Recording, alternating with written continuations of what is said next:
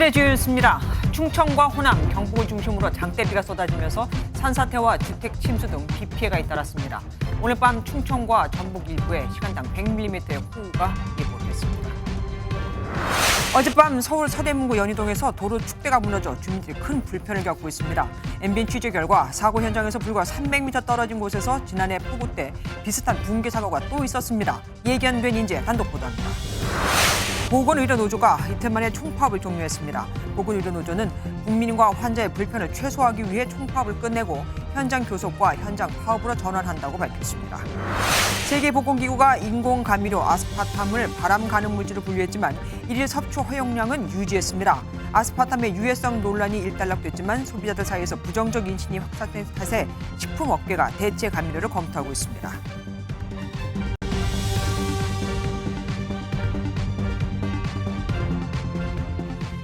수도권에 물폭탄을 쏟아부은 장마전선이 남하하면서 이번엔 충청과 호남을 물바다로 만들었습니다. 특히 전북 군산은 하늘에 구멍이라도 난 듯 18시간 만에 400mm의 비가 내렸으니 오늘 하루가 완전히 악몽이었겠죠. 이로 인해 도로 경사면이 붕괴되고 주택과 상가가 침수되고 옹벽이 무너져 주택을 덮치기도 했습니다. 최악의 상황. 하지만 아직 복구는 꿈도 못 꿉니다. 첫 소식 강세훈 기자가 보도합니다. 전북 군산 도심이 물바다로 변했습니다. 도로 50여 곳이 물에 잠겨 차량 운행이 통제됐습니다. 빗물은 상가까지 덮쳐 하루 장사를 망쳤습니다. 걷지들 않고 왔잖아요. 밤부터 여태. 그러게 여기가 이 난리가 났죠 지금. 집안이 흙탕물로 가득 찼습니다. 집 뒤편에 옹벽이 무너지면서 깨진 돌과 흙더미가 집안까지 쏟아졌습니다. 집 절반이 파손돼 복구도 어려운 상황입니다. 난감하죠. 깎아보고요. 뭐라고 저기하겠어요. 그 인명피해 없는 자체를 저기 해야죠. 전북 군산에는 시간당 40mm의 강한 비가 내리면서 이렇게 도로 곳곳에 절개지가 무너지기도 했습니다. 산에서 흙이 내려오는 등 산사태 징후가 보이자 주민들이 놀라 대피하기도 했습니다. 붕괴 위험에 복구는 엄두도 못 내고 방수포만 덮어놨습니다. 막 떨려서 잠을 못 자요. 혈압약도 먹는데 약도 어디 찾는지도 모르고 이러고 그 아저씨가 약도 내다 주고 그래서. 아파트 주차장도 물바다로 변했습니다. 어르신들은 밖으로 나오지 못하고 꼼짝없이 갇혔습니다. 겁나게 와갖고 지금 차 갖고 소방차 대고 그런 난리가 없고 왜 배꼽 밑에 찼었단 게. 손님이 많은 금요일이지만 물폭탄을 맞은 시장 상인들은 장사를 접어야만 했습니다. 오늘 군산 시민들에게 장맛비는 그야말로 악몽이었습니다. MBN 뉴스 강세훈입니다. 전북 전체로 봐도 이틀 동안 200mm 가까운 비가 쏟아져 곳곳에 생채기를 냈습니다. 전주 시내를 관통하는 전주천이 한때 범람 위기를 맞았고 저지대 침수도 잇따라 노는 아예 호수가 돼버렸는데 여기선 특히 강풍 피해가 컸습니다. 건장한 나무들이 푹푹 쓰러질 정도였죠. 정치훈 기자가 취재했습니다. 흙탕물이 보기에도 무서울 정도로 파도를 치며 흐릅니다. 천변 하부도로는 이미 물에 잠겨 통제됐습니다. 미처 대피하지 못한 차는 꼼짝없이 잠겼습니다. 산에서 내려온 물이 몰리며 한때 다리 위까지 물이 넘쳐 흐르면서 모래주머니를 쌓는 등 비상조치에 들어갔습니다. 좀 겁은 나죠. 저 보면 물이 한 2m 이렇게 올라오잖아요. 저물이 이렇게 이 동네로 들어온다고 생각해봐요. 전주천 물과 댐에서 방류한 물이 합쳐지는 만경강에도 홍수 경보가 발령됐습니다. 저지대에선 침수 피해도 잇따랐습니다. 물막이판으로 막고 쉴 새 없이 물을 퍼내지만 여의치 않습니다. 노는 아예 물에 잠겨 마치 거대한 호수처럼 보입니다. 20일 전 폭우 피해를 본 비닐하우스는 또다시 잠겼습니다. 해안 저지대는 밀물 시간이 겹치면서 물이 잘 빠지지 않아 피해를 키웠습니다. 다 망가져버렸어. 싹 하나도 없이. 걱정이 아니라 포기지, 포기. 방법이 없잖아요. 어쩌라고 우리가. 배수관문으로는 끊임없이 흙탕물이 쏟아져 들어오고 있고 이 바닷가는 서 있기도 힘들 정도로 태풍급 강풍이 불고 있습니다. 곳곳에서 나무가 쓰러졌습니다. 진안에서는 불어난 계곡물에 고립된 주민 한 명이 구조됐고 익산에서는 비닐하우스가 침수되며 고립된 부모와 남매 등 일가족 4명이 구조되게 됐습니다. 전남 목포에서는 5층 상가주택 건물이 붕괴 위험이 있다는 신고가 접수돼 주민이 긴급 대피했습니다. 관계당국은 집중호우에 따른 균열로 보고 접근 금지 등 안전 조치를 취했습니다. MBN 뉴스 정춘우입니다. 이번엔 강한 장맛비가 내리고 있는 충남으로 가보겠습니다. 여기 역시 예외가 아니었습니다. 농경지는 물에 잠겼고 갑자기 불어난 하천물에 제방이 무너지는가 하면 납골당에 산사태가 발생해 4명이 매몰되기도 했습니다. 비가 얼마나 거세게 내렸는지 복구에 나선 굴착기가 중도에 멈춰야 했을 정도입니다. 김명현 기자가 보도합니다. 200mm가 넘는 비가 내린 충남 부여군의 한 마을입니다. 물을 잔뜩 머금은 흙더미가 주택을 그대로 덮쳤습니다. 충격으로 주택 외벽이 무너지고 뒷마당은 아예 진흙에 파묻혔습니다. 임시로 방수포를 덮어놨지만 언제 또 쏟아질지 모르는 토사에 한쪽에 놓인 LPG 가스통이 위태로워 보입니다. 비가 계속 온다는 게 걱정이죠. 그건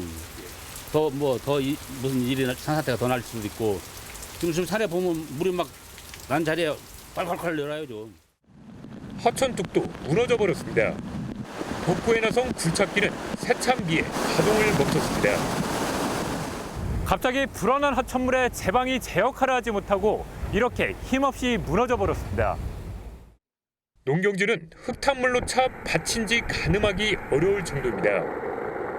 애써 기른 작물들이 가득한 비닐하우스도 흙탕물에 잠겼습니다. 충남 논산의 한 납골당에서는 산사태가 나 4명이 매몰됐다. 1시간 30분 만에 모두 구조됐습니다. 매몰자들은 납골당 방문객으로 이 중에 2명은 심정지, 다른 1명은 크게 다친 걸로 확인됐습니다. MBN 뉴스 김영현입니다. 강원도 정선군에서는 산사태가 났습니다.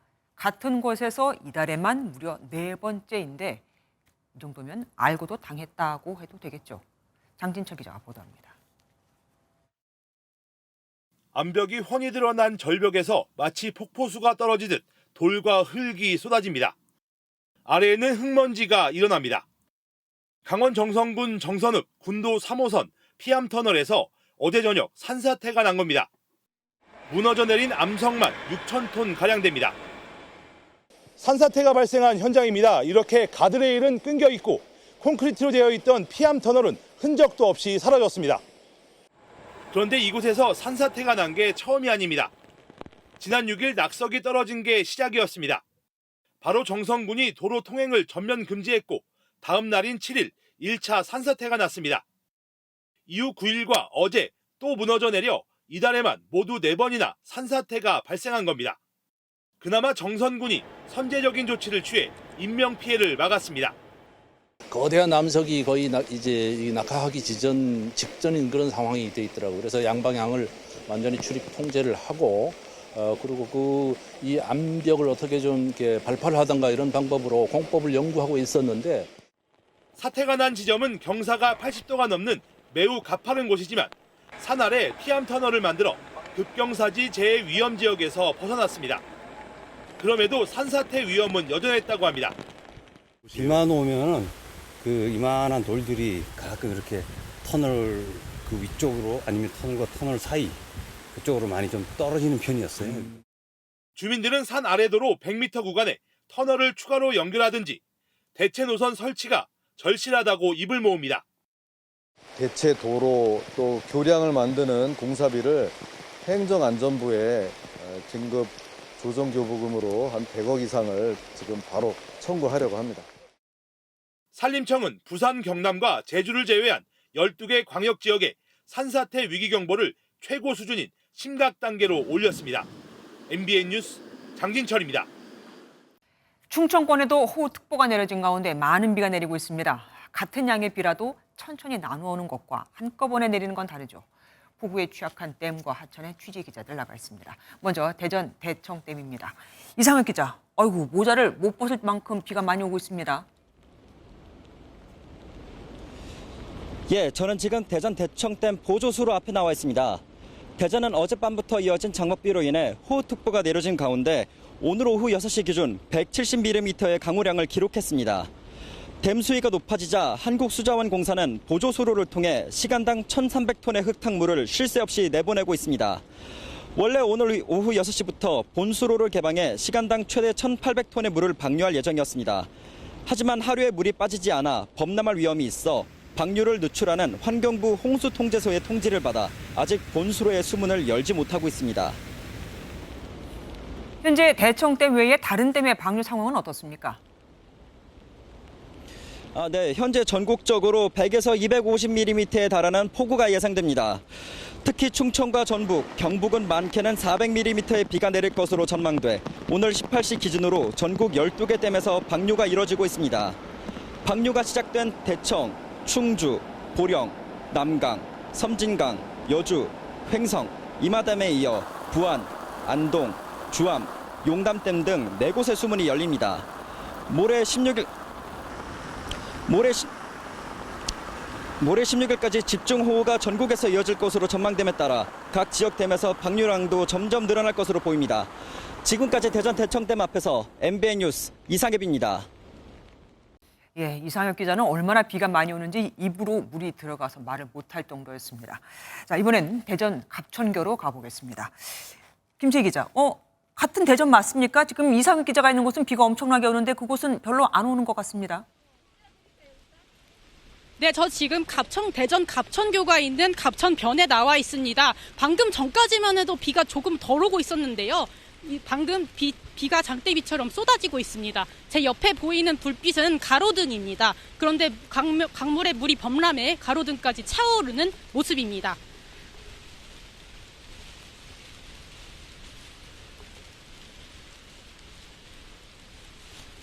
아침부터 비가 그치지 않고 물줄기 굵기만 박힌 채 계속 내리고 있습니다. 금강홍수통제소는 이곳 갑천교를 비롯해 근처에 있는 만년교와 원촌교 모두 홍수주의보를 발령했습니다.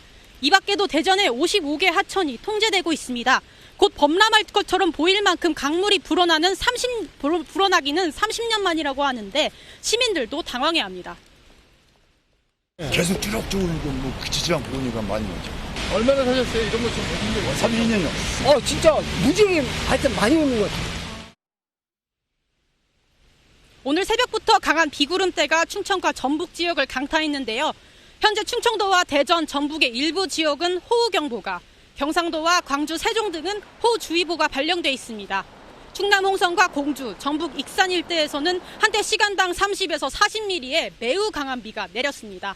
충남 부여와 논산에서는 시간당 40에서 60mm 안팎의 물폭탄이 쏟아졌습니다.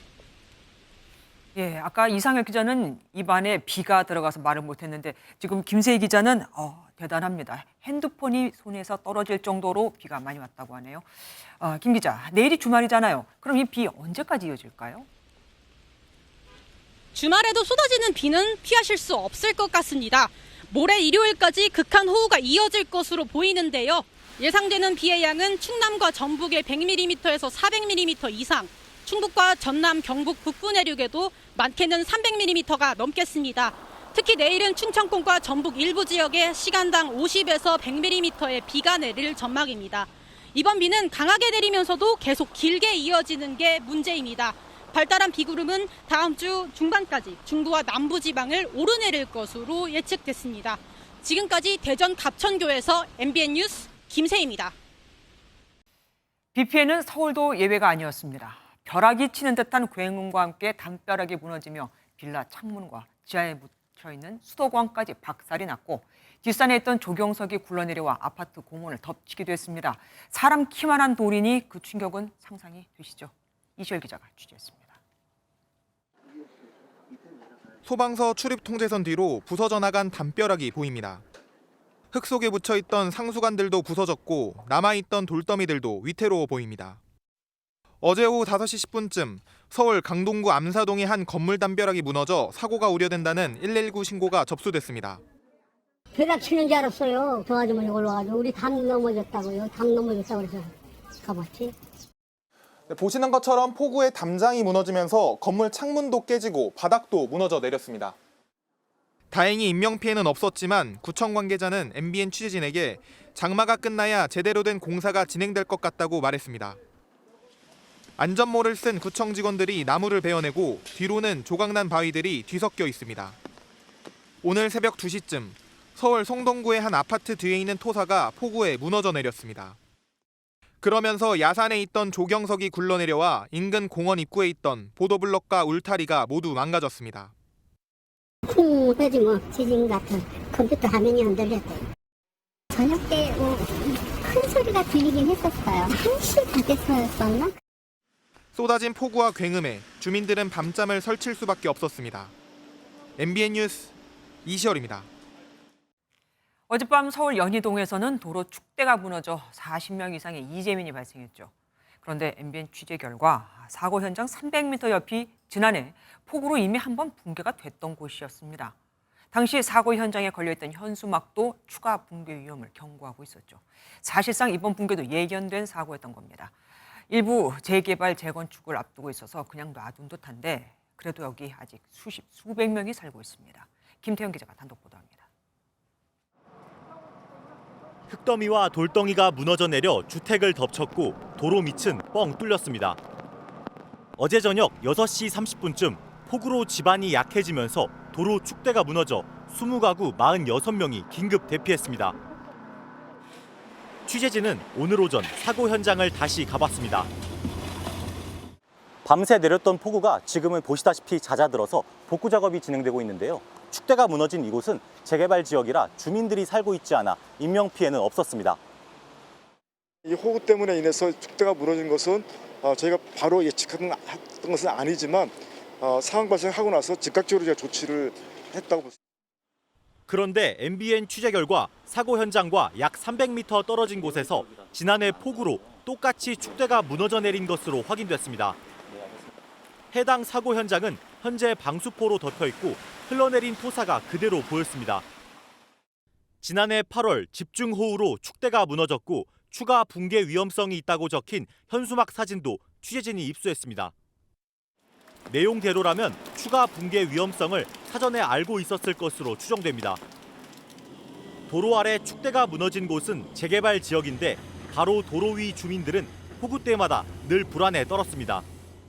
호우가 작년에 많이 왔을 때도 지금 무너지고 거기에 방호막을 이제 위험 요인이 상존하고 있는 거지 않습니까? 현장을 둘러본 전문가도 사전 대책이 미흡했다고 지적합니다. 비가 왔을 때 물이 들어가게 되면 쉽게 무너지는 게 석축이거든요. 밑에 사람이 안 사니까 관리가 안 될 거 아니에요. 돌과 돌 사이 틈에 콘크리트를 다 채워 넣어야 되거든요. 구청 측은 재개발 지역엔 주민이 없고 철거 예정지라 관리가 미흡했던 부분이 있다며 구청과 조합이 대책을 마련하겠다고 밝혔습니다. MBN 뉴스 김태형입니다. 한밤에 긴급 대피했던 이재민 중 일부는 현재 구청 측이 마련해준 인근 모텔에서 생활하고 있습니다.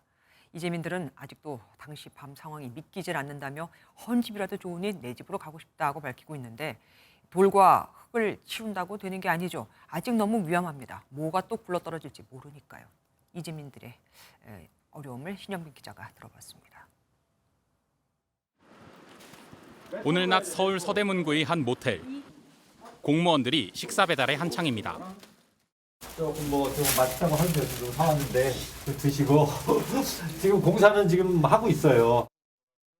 구청 측이 46명의 연희동 이재민 가운데 현재 28명에게 식사와 숙소 등을 지원하고 있습니다. 저녁 시간 긴급 대피했던 이재민들은 도로 축대가 무너진 당시 상황이 지금도 믿기지 않습니다. 그냥 평범하게 살다가 갑자기 이게 솔직히 사는 사람들이 잘못해서 나온 건 아니잖아요. 이재민 일가족이 쓰는 임시 숙소입니다. 고양이 1마리와 일가족 3명이 쓰는 짐이 어지럽게 놓여 있습니다. 다행히 인명 피해는 없었지만 다시 돌아가서 안전하게 지낼 수 있을지 걱정입니다. 뭔가 그 전부터 되게 많이 이것저것 돌 굴러가면 돌 굴러가는 거고 벽 같은 거로 다 부서지고 장마가 하루 이틀 오고 끝나는 게 아니고 그러면 이제 계속 위험할 수 있는 상황이니까. 서울 연희동 사고를 비롯해 전국에서 이번 장마로 집을 잃은 이재민은 130명이 넘습니다. 본 집이라도 내 집이 편하니까 빨리 좀 들어가고 싶습니다. MBN 뉴스 신영빈입니다. 서울도 수도권의 빗줄기는 약해졌지만 여전히 잠수교 등 도로가 통제되는 곳이 많습니다. 당연히 퇴근길 교통 혼잡도 우려가 되죠. 서울 잠수교에 나가는 취재기자 연결해보겠습니다. 백길종 기자, 어제 이 시각에는 그래도 좀 다리가 보였었는데 지금은 안 보입니다. 네, 지금 제 뒤로 보이는 것처럼 잠수교는 완전히 자취를 감췄습니다. 어젯밤까지는 통행이 가능했던 산책로 역시 강물에 덮여 공원의 모습을 찾아볼 수 없습니다. 오늘 새벽 2시쯤 수위 5.5m를 넘기며 보행자 통행이 금지됐던 잠수교는 지금은 차량 통제 기준인 6.2m를 훌쩍 넘긴 7m대를 유지하고 있습니다. 오늘 새벽 호우 경보가 해제되며 서울 빗줄기는 잦아들었지만 잠수교 통행 재개까지는 시간이 좀 걸릴 것 같습니다. 한강 상류인 팔당댐 방류가 늘어나면 수위가 다시 올라갈 가능성도 있습니다. 잠수교 말고도 오전부터 여러 도로가 통제됐는데 지금은 어떻습니까? 네, 밤사이 내린 많은 비로 여의 상류 IC와 여의 하류 IC 역시 차량 진입이 통제됐죠. 이곳은 여전히 양방향으로 차량 진입이 통제된 상태입니다. 양재천로 영동 1교와 양재천교 하부도로 역시 차량이 통제됐었는데요. 오후 4시 40분쯤 차량 통제가 풀리고 보행자 통제만 남은 상황입니다. 오늘 새벽 한때 통제됐던 동부 간선도로 양방향 구간 역시 아침부터 통행이 재개된 상태입니다. 빗줄기가 가늘어졌지만 계속되면서 서울 수도권을 지나는 차량 속도가 느려져 정체는 불가피할 것으로 보입니다. 한편 민주노총 보건의료노조의 도심 행진은 마무리됐지만 종로구 세종대로 을지로 한강대로 일대에서는 퇴근길 교통 정체가 이어지고 있습니다. 지금까지 서울 잠수교에서 전해드렸습니다. 무조건 비가 많이 온다고 침수가 되는 건 아닙니다. 도시의 경우 배수만 잘 되면 웬만해서는 잘 침수가 되지 않습니다. 하지만 또 서울 강남 일대에서 맨홀 곳곳이 역류하면서 도로와 재래시장 일대가 물바다가 돼버렸죠. 맨홀 뚜껑은 무게도 상당하기에 사람은 물론 자칫 차량도 날려버릴 수가 있는데 집중호우에 40초면 뚜껑이 열려 도심 속 지뢰라고 불리는 이 맨홀 역류. 왜 이런 현상이 계속되는 걸까요? 이규영 기자가 알아봤습니다. 길 한가운데서 물이 폭포수처럼 쏟아지더니 어느새 행인들의 종아리 높이까지 차오릅니다. 길에 서 있던 자전거는 두 바퀴가 모두 물에 잠겨 옴짝달싹 못하게 됐습니다. 어제 오후 서울 강남의 영동시장 골목에 있는 맨홀에서 물이 역류해 도로가 물에 잠긴 모습입니다. 어제 이곳 사당역과 강남역에 있는 맨홀에서도 물이 역류해 주변 도로가 침수됐고 일대의 교통 혼잡이 빚어졌습니다. 집중호우가 발생할 때 이제 순간적으로 많은 빗물이 이제 우수관으로 들어가면서 그 큰 압력이 발생하게 됩니다. 그래서 관 속에 있던 공기와 빗물이 함께 솟구쳐서 오르는. 폭우가 쏟아지는 날 맨홀 뚜껑은 얼마나 쉽게 열릴까? 전문가들이 시간당 50mm의 비가 내리는 상황을 가정해 실험한 결과 40kg가량 되는 맨홀 뚜껑이 20초 만에 들썩이더니 곧이어 완전히 열립니다. 과거에 설치한 하수관이 최근 늘어난 강우량을 견디지 못한 것도 원인 중 하나라는 지적입니다. 단면 자체가 작으니까 감당을 못하니까 밑에서부터 뚜껑이 들어올라오는 거죠. 설계 기준 자체가 잘못이다 하는. 전문가들은 비가 올 때 맨홀 근처 보행을 피하는 것은 물론 평소에도 자주 다니는 길의 맨홀 위치를 파악해두라고 조언합니다. 또 차량 전복 위험이 있는 만큼 맨홀 인근 주차를 피하라고 당부했습니다. MBN 뉴스 이규현입니다. 지난해 집중호우로 전국 곳곳에 지하 주차장이 물에 잠겼고 안타까운 인명피해도 잇따랐던 거 기억하시죠? 서울의 대형 아파트 단지들도 침수 피해를 입을 정도였는데 그럼 올해는 대비를 잘 하고 있겠죠? 하지만 물막이 판조차 설치하지 않은 곳들이 허다했습니다. 비용이 비싸서 그렇다네요. 박기영 기자가 취재했습니다. 서울 서초구의 한 아파트. 지하주차장 입구 경사면을 따라 빗물이 흘러내리고 주차장 안 곳곳에 물웅덩이가 보입니다. 이 아파트는 지난해 8월 폭우로 지하주차장이 침수됐던 곳인데 1년이 지난 지금도 물막이판 등 침수 방지 장치는 보이지 않습니다. 작년에 다 침수되고 있잖아. 차를 달리는 거 어렵잖아. 걱정되지. 혹시나. 주차장 침수 피해를 겪었던 인근의 다른 아파트는 그나마 물막이판과 침수 모래주머니를 갖다 놨습니다. 하지만 설치된 물막이판은 50cm 높이까지만 막을 수 있는 탈착식 판인데다 모래주머니 높이도 턱없이 낮습니다. 자동 방식은 신속하게 대응할 수 있는 장점이 있습니다. 그리고 기본적으로 이제 설치 높이가 이제 1m 정도로 이제 설치가 가능하기 때문에 대응력이 높은 그런 장점이 있습니다. 서울시는 침수 피해가 예상되는 아파트 단지 82곳에 물막이판 설치비 절반을 지원하고 있지만 실제 설치가 이뤄진 곳은 불과 29곳뿐. 최대 3천만 원에 달하는 높은 비용에 반대하는 주민들이 적지 않기 때문입니다. 또다시 찾아온 장마. 침수 피해를 되풀이하지 않기 위해 물막이판 설치를 의무화해야 한다는 지적이 나옵니다. MBN 뉴스 박규원입니다. 간밤에 이렇게 비가 많이 왔음에도 참 겁없는 사람들이 여기저기서 보였습니다. 하천 주변에 조성된 산책로를 걷거나 운동하는 사람들이요. 하천 주변의 주차장이나 산책로는 비에 아주 취약합니다. 쉽게 바로 물이 차오르거든요. 정태훈 기자가 현장 취재했습니다. 하천 산책로가 완전히 물에 잠겼습니다. 배수구는 역류하고 혼자 뛰던 한 주민은 불어난 물로 길이 막히자 어찌할 줄 몰라 합니다. 밤새 내린 비로 서울의 주요 하천들이 잠겼습니다. 강남 탄천에서는 홍수주의보가 발령된 곳도 있었습니다. 지난해 수도권 물난리 이후 1년 만입니다. 아침 한때 수위가 14m를 넘었던 탄천 대곡교입니다. 어제 오전까지만 해도 12m 채 안 됐던 걸 감안하면 매우 높은 수치인데요. 여전히 강을 연상케 하듯 물이 불어나 있습니다. 하천 주변은 밤에 주차를 하거나 아침 조깅 등 산책로가 있는 경우가 대부분이어서 비가 오면 사고로 이어지기 쉬워 차량은 물론 사람도 접근하지 않는 것이 좋습니다. 이상기후 현상으로 인해서 비가 지속적으로 많이 올 수 있고 하천에 물이 쉽게 불어나서 휩쓸릴 수 있기 때문입니다. 그 하천에 가까이 가지 않는 것이 좋습니다. 전문가들은 인도나 차도에 물이 차오르는 게 보인다면 왔던 길로 되돌아가거나 다른 길을 선택하는 게 최선이라고 조언합니다. MBN 뉴스 정태웅입니다. 이렇게 비가 오면 비행기도 뜨기 어렵죠. 오늘 전국 14개 공항에서 항공기 66편이 결항되고 133편이 지연됐습니다. 강한 바람이 몰아쳤던 제주도에선 여객선 90여 척도 항구에 발이 묶여버렸습니다. 장명훈 기자입니다. 김해공항 안내판에 결항과 지연을 알리는 문구가 줄줄이 떠 있습니다. 강한 장맛비가 중부지방을 덮치면서 김해공항과 포항 경주공항, 울산공항을 중심으로 항공편 결항이 속출했습니다. 항공기 진행 방향으로 부는 뒷바람, 배풍이 강해 이착륙이 쉽지 않고 비구름이 낮게 깔린 탓입니다. 지금 1시간 넘게 좀 지연이 되어가지고 좀 일정에 차질이 좀 생기게 되어서 좀 아쉬운 마음입니다. 최대 순간 풍속 초속 21m가 기록되는 등 강풍주의보가 발령된 제주공항에서도 항공편이 줄줄이 지연되거나 결항됐습니다. 기상 조건이 악화하면서 전국 14개 공항에서 오후 2시 기준 60여 편이 넘는 항공기가 결항됐습니다. 국내선과 국제선 등 오늘 계획된 644개의 항공편 중 200편에 가까운 항공편이 결항되거나 지연된 것으로 집계됐습니다. 하늘길에 이어 바닷길도 막혔습니다.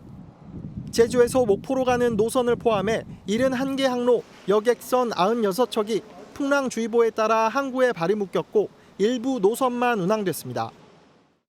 오늘 바람이 너무 많이 불어서 결항이 될까 봐 걱정했었는데 다행히 결항이 안 돼서 참 다행인 것 같아요. 주말까지 전국적으로 강한 장맛비가 예보되면서 항공, 항만 등 주요 교통편에 차질이 예상됩니다. MBN 뉴스 장명훈입니다. 이렇게 세찬 비를 뿌려대는 장마는 이번 주말은 물론 다음 주에도 한반도에 머물 예정입니다. 월요일엔 장마 전선이 수도권 인근까지 북상해 특히 중부지방에 많은 비가 집중될 것이라고 합니다. 김민수 기자가 보도합니다. 한국수자원공사 상황실 직원들이 전국의 댐 방류 실황을 유심히 지켜보고 있습니다.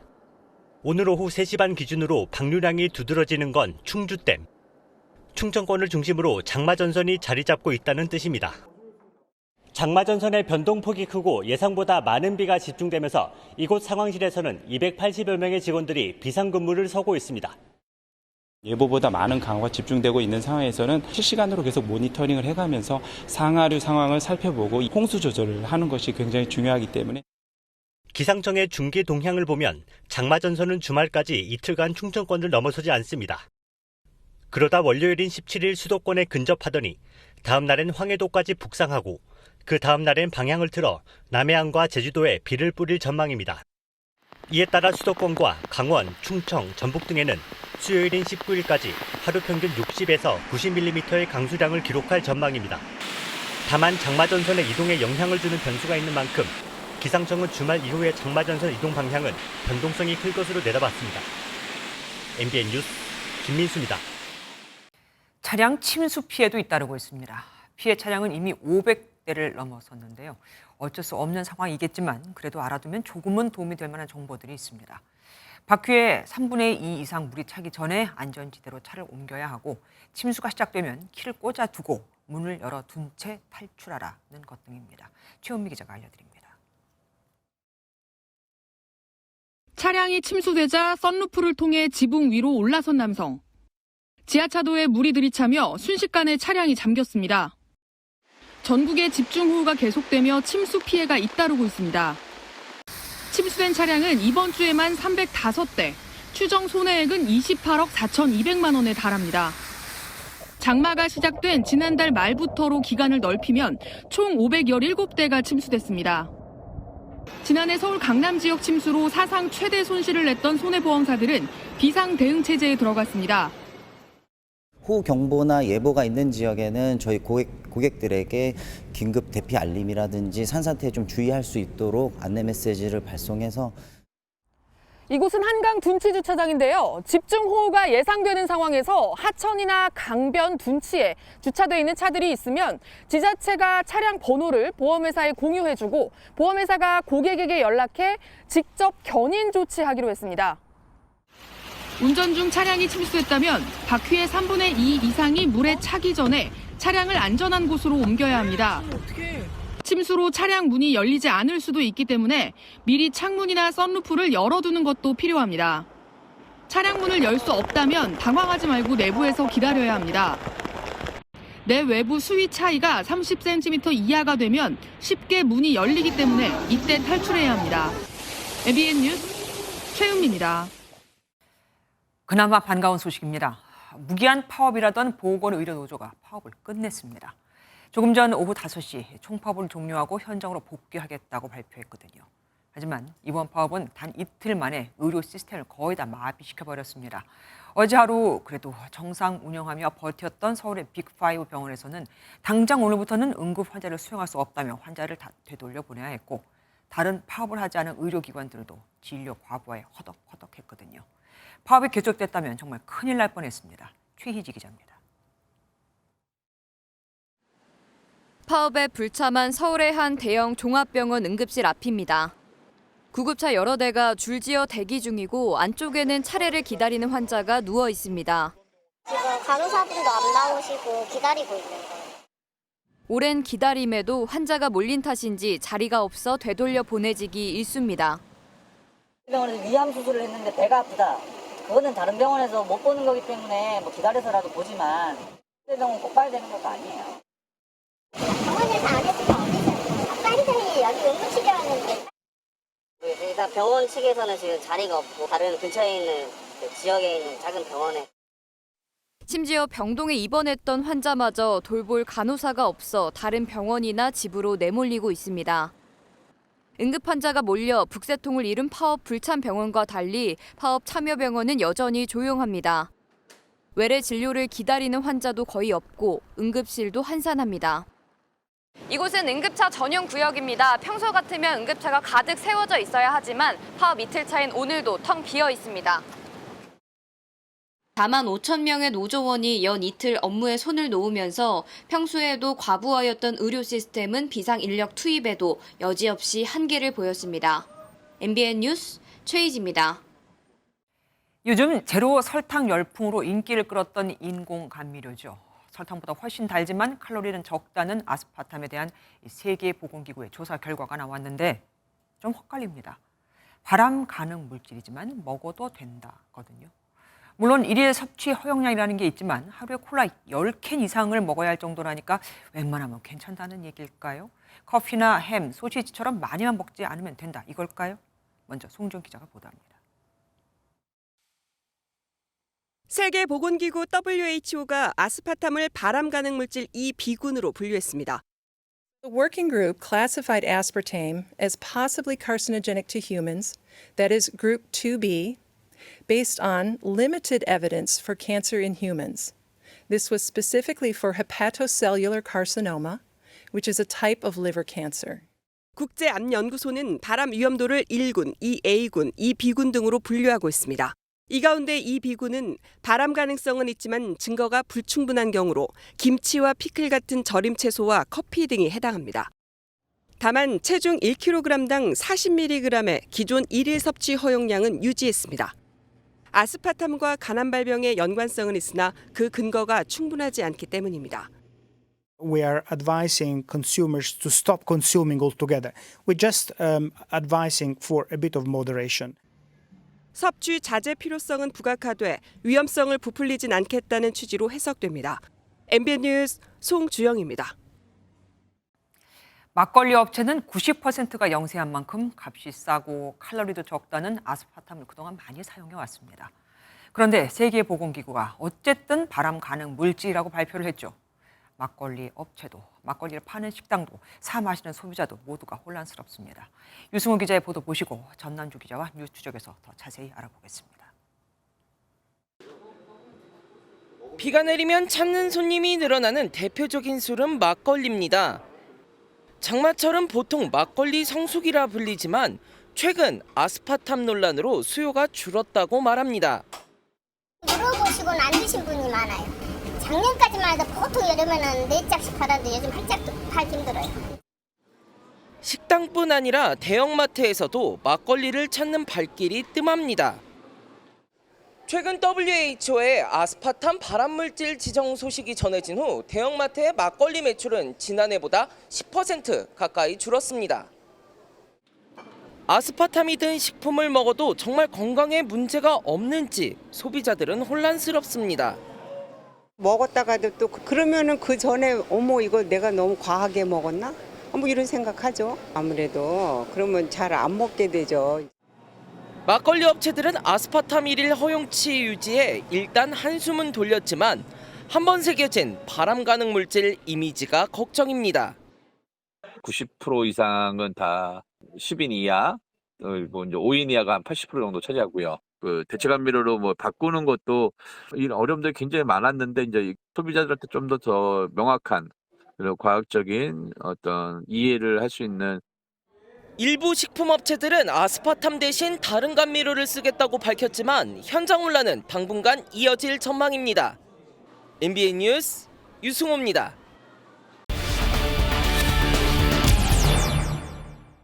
네, 식품의약품안전처 출입하고 있는 전남주 기자와 함께하겠습니다. 전 기자, 우리 정부 혹시 반응이 나왔습니까? 네, 현재 섭취 수준으로는 문제가 없다는 것이 결론입니다. 일일 섭취 허용량은 의도적으로 사용하는 물질에 대해 평생 섭취에도 위해 영향이 나타나지 않는 1인당 하루 최대 섭취 허용량을 의미합니다. 네. 이 섭취 허용량을 넘기기란 사실 쉽지 않습니다.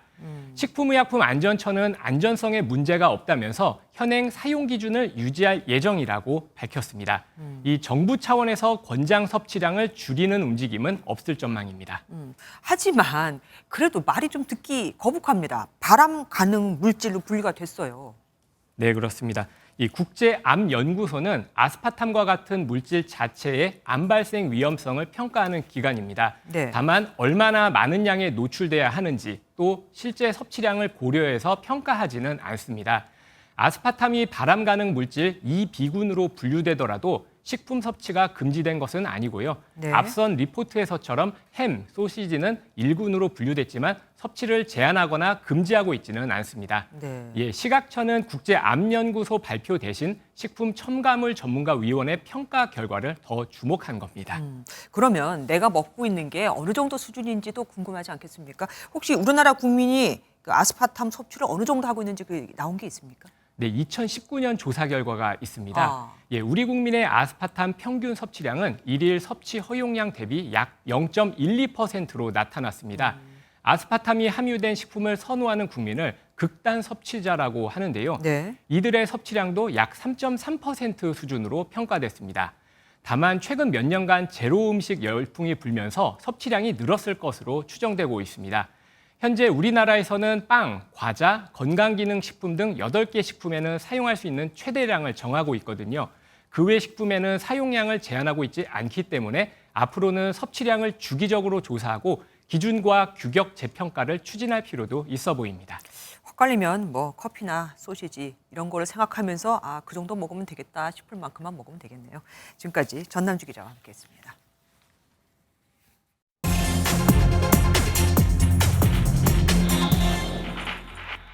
경제 뉴스를 쉽고 재밌게 또 알차게 전해드립니다. 경제기자 M 오태윤입니다.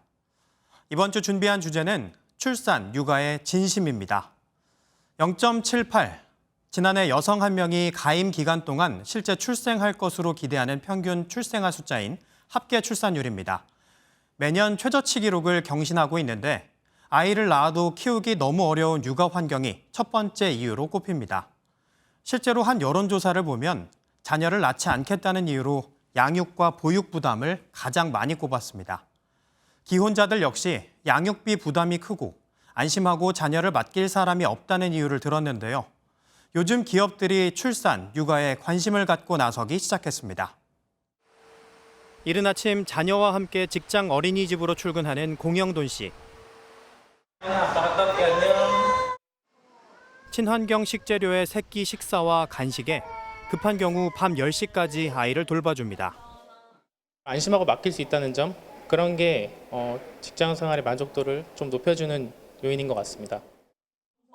포스코 최정우 회장은 직원의 내 쌍둥이 자녀 출산에 직접 찾아가 화제를 일으키기도 했습니다. 아내 같은 경우에는 회사에 뼈를 묻어라. 너는 평생 포스코를 위해서 정년퇴직할 때까지 다녀야 된다. 남성 직원이 95%에 달하는 포스코는 젊은 아빠를 위해 최대 2년 재택근무와 단축근무를 허용했습니다. 대기업뿐 아닙니다. 한미글로벌은 최근 셋째를 낳으면 즉시 특진, 넷째부터 육아 도우미를 지원한다는 지원책을 내걸었습니다.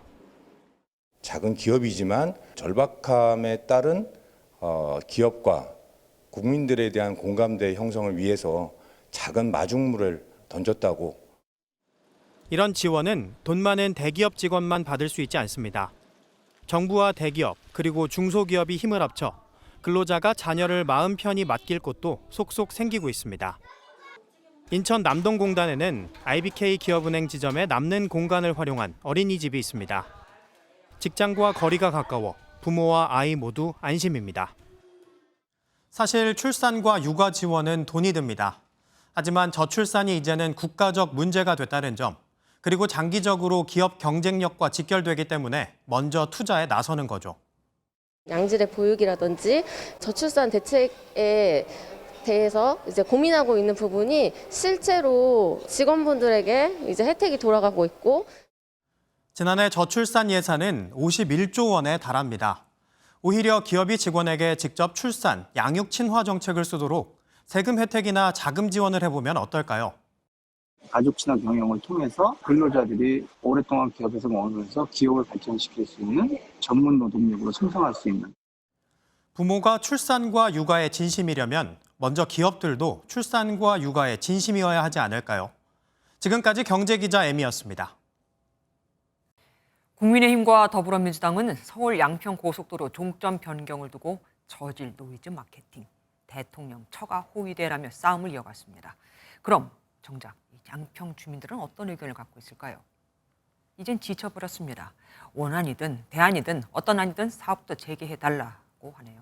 안병수 기자입니다. 국민의힘 국토위 소속 의원들과 양평군 관계자들은 서울 양평고속도로 사업 원안 종점인 양서면 주민들과 간담회를 열었습니다.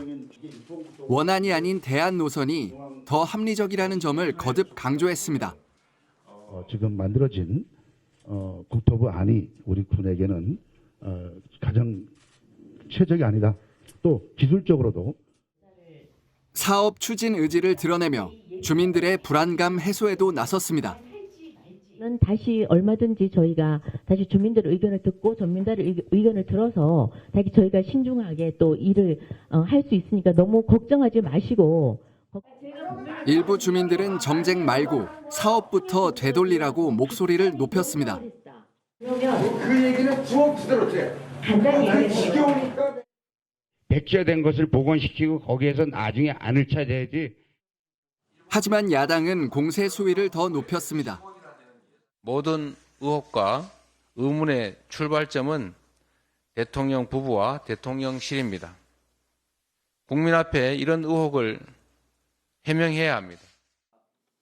민주당 요구로 열린 운영위에서는 국정조사를 요구하는 강도 높은 발언이 쏟아졌습니다. 도대체 무엇을 숨기려고 하는지 모르겠습니다. 이 국회가 대통령의 처가 일가의 의혹을 덮어주는 호위된지. 윤재옥 국민의힘 원내대표는 무모한 선동은 국민에게 외면받을 수밖에 없다고 맞받았습니다. 여야는 오는 17일 원희룡 국토교통부 장관이 참석하는 국토위에서도 공방을 이어갈 전망입니다. MBN 뉴스 안병수입니다. 정부와 여당이 실업급여 제도를 개선하겠다며 연 회의에서 여성과 청년이 실업급여를 받아 명품을 사고 여행을 간다는 발언이 나와 논란이 됐죠. 오늘 환노위 회의에서 여성 폄하, 청년 폄하, 또 계약직 폄하라며 야당의 질타가 이어졌습니다. 정부와 여당은 취지가 그게 아니었다면서도 속도 조절에 들어갔습니다. 강영호 기자입니다. 국회 환경노동위원회에선 여성과 청년들이 실업급여로 샤넬 선글라스를 산다는 당정회의 당시 나온 발언이 도마에 올랐습니다. 익명 인터넷 게시판에서나 볼 수 있는 이야기를 공청회에서 정부 관계자가 했다는 겁니다. 청년들이나 여성을 얼마나 우습게 여기면. 이정식 고용노동부 장관은 발언 취지와 다르다고 해명했지만 논란이 되고 있는 부분에 대해서는 안타깝게 생각을 합니다. 야당 의원들은 근거가 무엇이냐며 따져 물었습니다. 그러면 이렇게 샤넬 안경 쓰고 해외여행 갔다는 이 추적 조사한 근거 있어요? 여당은 근로의역처와 같은 부작용을 막는 제도 개선은 필요하다고 강조했습니다. 땀 흘려 일해서 받는 임금보다 실업급여가 더 높게 형성되는 기형적인 구조로 인해 근로의욕 저하, 재취업률 감소, 부정수급 등 여러 문제점이 발생. 국민의힘 박대출 정책위 의장은 청년에게 주는 혜택, 기회를 뺏는 일은 결코 없을 것이라면서 민주당이 앞뒤를 교묘하게 잘라냈다고 맞받았습니다. 하지만 여권은 여론의 반발을 고려해 속도 조절에 나선 모습입니다. 환노위 여당 간사인 이미자 의원은 무작정 밀어붙일 일이 아니라고 했고 이 장관은 실업급여 하한액 폐지보다 부정수급 방지에 방점이 있다고 밝혔습니다. MBN 뉴스 강영호입니다. 아까 잠시 연결해드린 대전 갑천교에서 갑자기 비가 쏟아져 취재기자가 휴대전화를 놓치는 일까지 발생했었죠. 같은 대전인데 한쪽은 비가 억수같이 내리고 한쪽은 한적하게 내리고 말이죠. 다시 연결해 현재 상황 알아보겠습니다. 김세희 기자, 전해주시죠. 네, 지금 저는 현재 이번에는 퇴근길을 재촉하고 있는 갑천교 위에 바로 나와 있습니다. 차들은 서행했다 섰다 갔다를 반복하고 여전히 하천은 범람하고 있습니다. 오전부터 비는 그치지 않고 물줄기 굵기만 박힌 채 계속 내리고 있는데요. 금강 홍수통제소는 이곳을 비롯해 근처의 만년교와 원총교에도 홍수주의보를 발령했습니다. 이 외에도 대전의 55개 하천은 통제되고 있는 상태입니다. 오늘 새벽부터 강한 비구름대가 수도권의 아래로 내려오면서 충청과 전북 지역을 강타하고 있습니다. 현재 충청도와 대전, 전북의 일부 지역은 호우경보가, 경상도와 광주, 세종 등은 허우주의보가 발령됐습니다. 충남 홍성과 공주, 전북 익산 일대에서는 한때 시간당 30에서 40mm의 매우 강한 비가 내렸습니다. 충남 부여와 논산에서는 시간당 40에서 60mm 안팎의 물폭탄이 쏟아지고 있습니다. 주말에도 비 조심해야겠네요. 네, 앞서 말씀드린 바와 같이 주말에도 물폭탄은 피하실 수 없을 것 같습니다. 모레 일요일까지 극한호우로 이어질 전망인데요. 예상되는 비의 양은 충남과 전북의 100에서 400mm 이상, 충북과 정남, 경북 북부 내륙에도 많게는 300mm 넘은 비가 더 내리겠습니다. 특히 내일은 충청권과 전북 일부 지역에 시간당 50mm에서 100mm 비가 내려 조심하셔야겠습니다. 이번 비는 강하게 내리지만 계속 길게 이어지는 게 문제라고 합니다. 발달한 비구름은 다음 주 중반까지 중부와 남부지방을 오르내릴 것으로 예측됐습니다. 지금까지 대천 갑천교 위에서 MBN 뉴스 김세희입니다. 러시아 공격으로 극심한 피해를 입은 우크라이나. 전쟁이 끝나면 언제든 재건 사업이 시작되겠죠. 잔인해 보이겠지만 전 세계가 이 2천조 원이 넘는 우크라이나 재건 사업에 눈독을 들이고 있는데 윤석열 대통령이 전후 복구 경험이 많은 우리 기술력으로 재건을 돕겠다고 나섰습니다. 인도주의적으로도 좋은 일이겠지만 우리에겐 또 다른 기회가 될 수도 있겠죠. 황정 기자가 보도합니다. 우크라이나 민간인 아파트를 향해 무차별적으로 쏟아지는 러시아의 공격. 전쟁으로 신음하는 우크라이나를 재건하려면 우리나라 1년 국가 예산의 3배 수준인 2천조 원대의 공사와 경제 사업이 필요하다는 게 대통령실 추산입니다. 우크라이나로 향하는 물자의 주요 통로인 폴란드를 방문 중인 윤석열 대통령은 재건 사업에 양국이 협력하자고 강조했습니다. 한국은 전후 복구 사업 참여에 많은 경험을 가지고 있고 뛰어난 기술력을 바탕으로 신뢰를 쌓아왔습니다. 아예 재건 사업에 참여하는 국내 기업과 기관 11곳은 따로 만나 적극적인 지원을 약속했습니다. 이미 66조 원대 정부 프로젝트는 가동되고 있습니다. 병원과 학교 같은 시설을 긴급 복구하기 위해 25조 원 규모의 건축 시범 사업을 실시하고 민간 주도 사업도 적극 지원하기로 했습니다. 대통령실 고위 관계자는 선진국의 대규모 투자와 한국이 가진 도로, 철도 기술이 집중 투입돼야 하는 장기 프로젝트가 될 것이라고 밝혔습니다. 폴란드 진출 기업인과의 간담회를 통해 경제 행보를 이어가는 윤 대통령은 4박 6일간의 순방 일정을 마치고 내일 귀국합니다. 바르샤바에서 MBN 뉴스 황지연입니다. 북한의 대륙간 탄도미사일 ICBM 발사 문제를 논의하기 위해 미국 뉴욕에서 유엔 안보리 긴급회의가 열리고 있습니다. 북한도 5년 반 만에 참석을 했죠. ICBM 발사가 자위권 차원이라고 주장했는데 결국 우리 정부와 맞붙었습니다. 어떤 대화가 오갔을까요? 원준희 기자입니다. 지난 2017년 12월 이후 5년 7개월 만에 유엔 안전보장이사회에 참석한 북한 김성 대사는 ICBM 발사를 자위권 행사라고 주장했습니다. Of the right to self-defense, to deter dangerous military moves of hostile forces, and safeguard security of our state.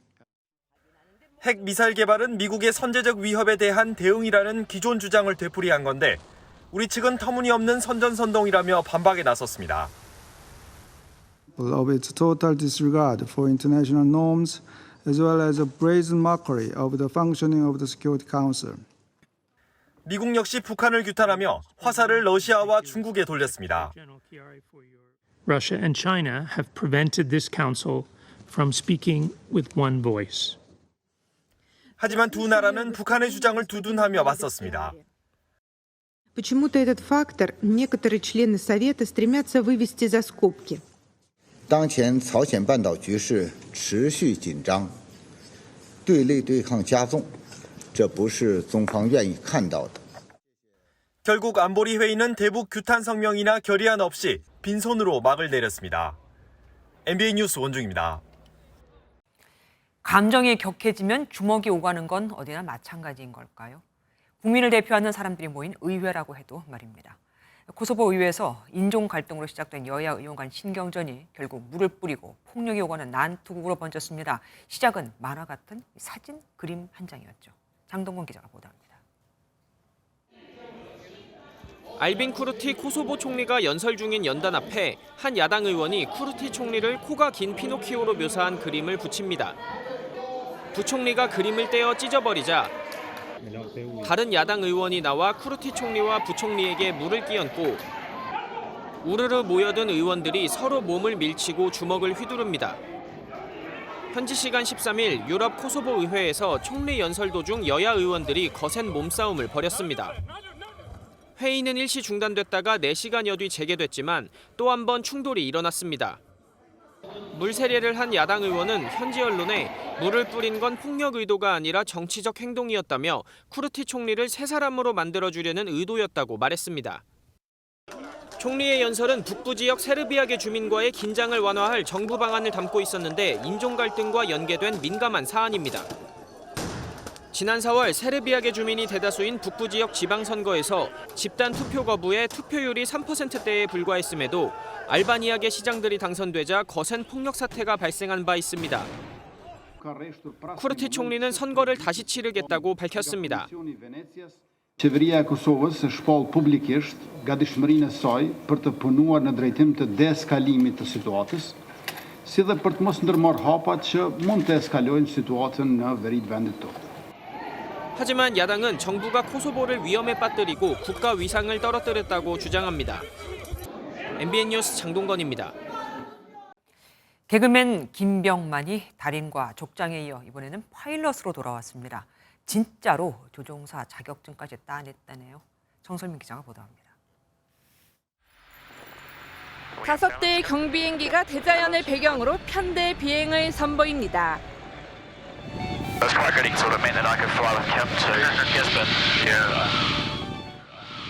김병만이 달인과 족장에 이어 캡틴으로 돌아왔습니다. 32번의 도전 끝에 합격한 실기시험. 실기시험까지 모두 5년을 쏟아부어 한국 연예인 최초로 사업용 비행기 조종사가 됐습니다. 지난 5년 동안 이렇게 공부하고 비용 들인 거에 비하면은 적자입니다. 그렇지만 제 인생의 그 가치로서는 최고의 가치를 얻은 것 같습니다. 정일우와 박상광, 박은석, 서동주 4명이 뉴질랜드에서의 하늘길 여행에 함께했습니다. 그동안 지상에서 여행하는 프로그램은 많았다라고 생각이 드는데 하늘에서 내려다보는 또 여행을 보신 건 처음이라고 생각합니다. 하늘에서 내려다본 뉴질랜드의 광활한 대자연이 힐링을 선사합니다. 강아지가 이제 아버지 돌아가시고 또 비슷한 시기에 하늘나라로 갔었기 때문에 그 두 가지를 좀 겹쳐서 생각하면서 좀 눈물도 흘리기도 하고. 국내 최초의 경비행기 여행 예능 떴다 캡틴 킴은 내일 밤 첫 방송됩니다. MBN 뉴스 정살민입니다.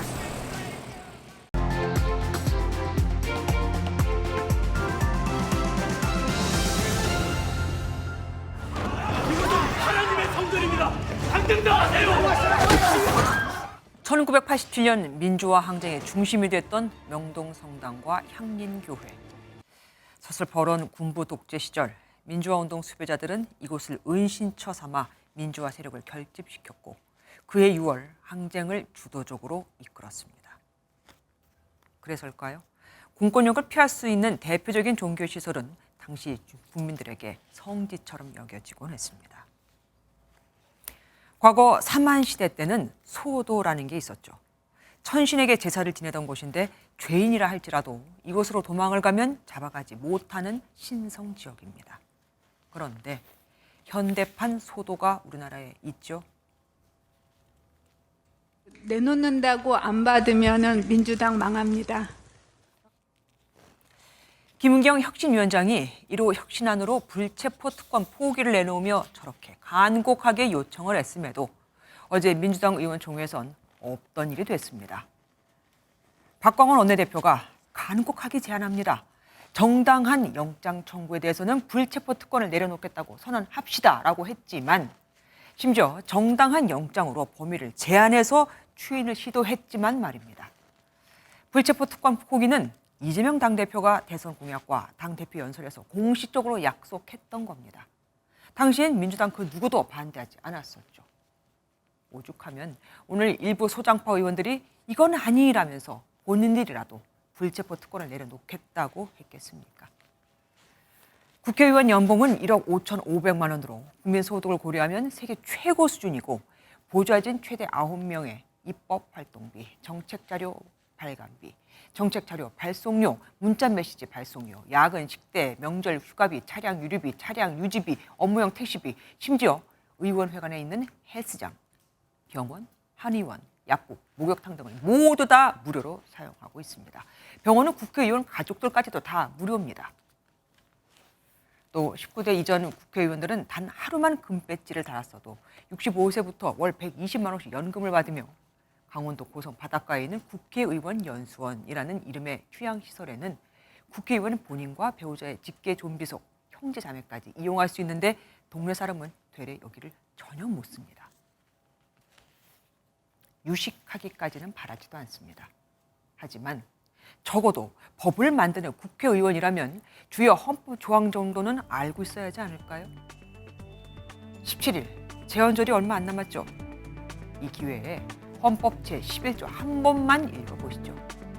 국민은 법 앞에 평등하다. 이 딱 한 줄만요. 김주아의 그런데 오늘은 소도가 된 국회였습니다. 현재 강한 비가 내리고 있는 곳은 충청과 전북 지역입니다. 특히 전북 임실등지에는 시간당 30mm 안팎의 장대비가 쏟아지고 있는데요.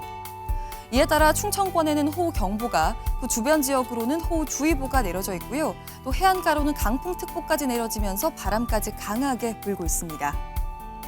어제부터 서쪽 지역을 중심으로는 많은 비가 쏟아졌습니다. 전북 익산에는 400mm가 넘는 기록적인 호우가 관측됐습니다. 군산에도 399.9, 서울 노원구에도 200mm가 넘는 비가 내렸습니다. 더 걱정인 건 앞으로 내린 만큼 비가 더 쏟아진다는 겁니다. 모레까지 충남 남부와 전북 서부 지역에는 400mm 이상, 경북 북부 내륙과 충북, 호남권으로는 300mm 이상, 경남권에도 150mm 이상의 비가 내리겠습니다. 특히 충청과 호남, 경북 지역은 오늘 밤부터가 고비겠습니다. 시간당 50에서 많게는 100mm라는 극한 호우가 예상됩니다. 피해 없도록 각별히 주의하셔야겠습니다. 내일 전국이 흐리겠고요. 중부지방은 서울과 춘천이 27도, 남부지방은 광주가 28도, 대구 30도 등으로 오늘과 비슷하겠습니다. 이번 비는 다음 주 초반까지 길게 이어질 전망입니다. 내주셨습니다. 안녕하세요. 김주하입니다. 공정하고 신속한 MBN 뉴스, 유튜브를 통해서도 만나보실 수 있습니다. 특히 더 많은 뉴스와 라이브를 보고 싶으시다면 오른쪽을 눌러서 구독하시면 됩니다. 어렵지 않죠? 빠르고 정확한 뉴스로 계속 찾아뵙겠습니다. MBN 뉴스를 시청해 주신 여러분 고맙습니다.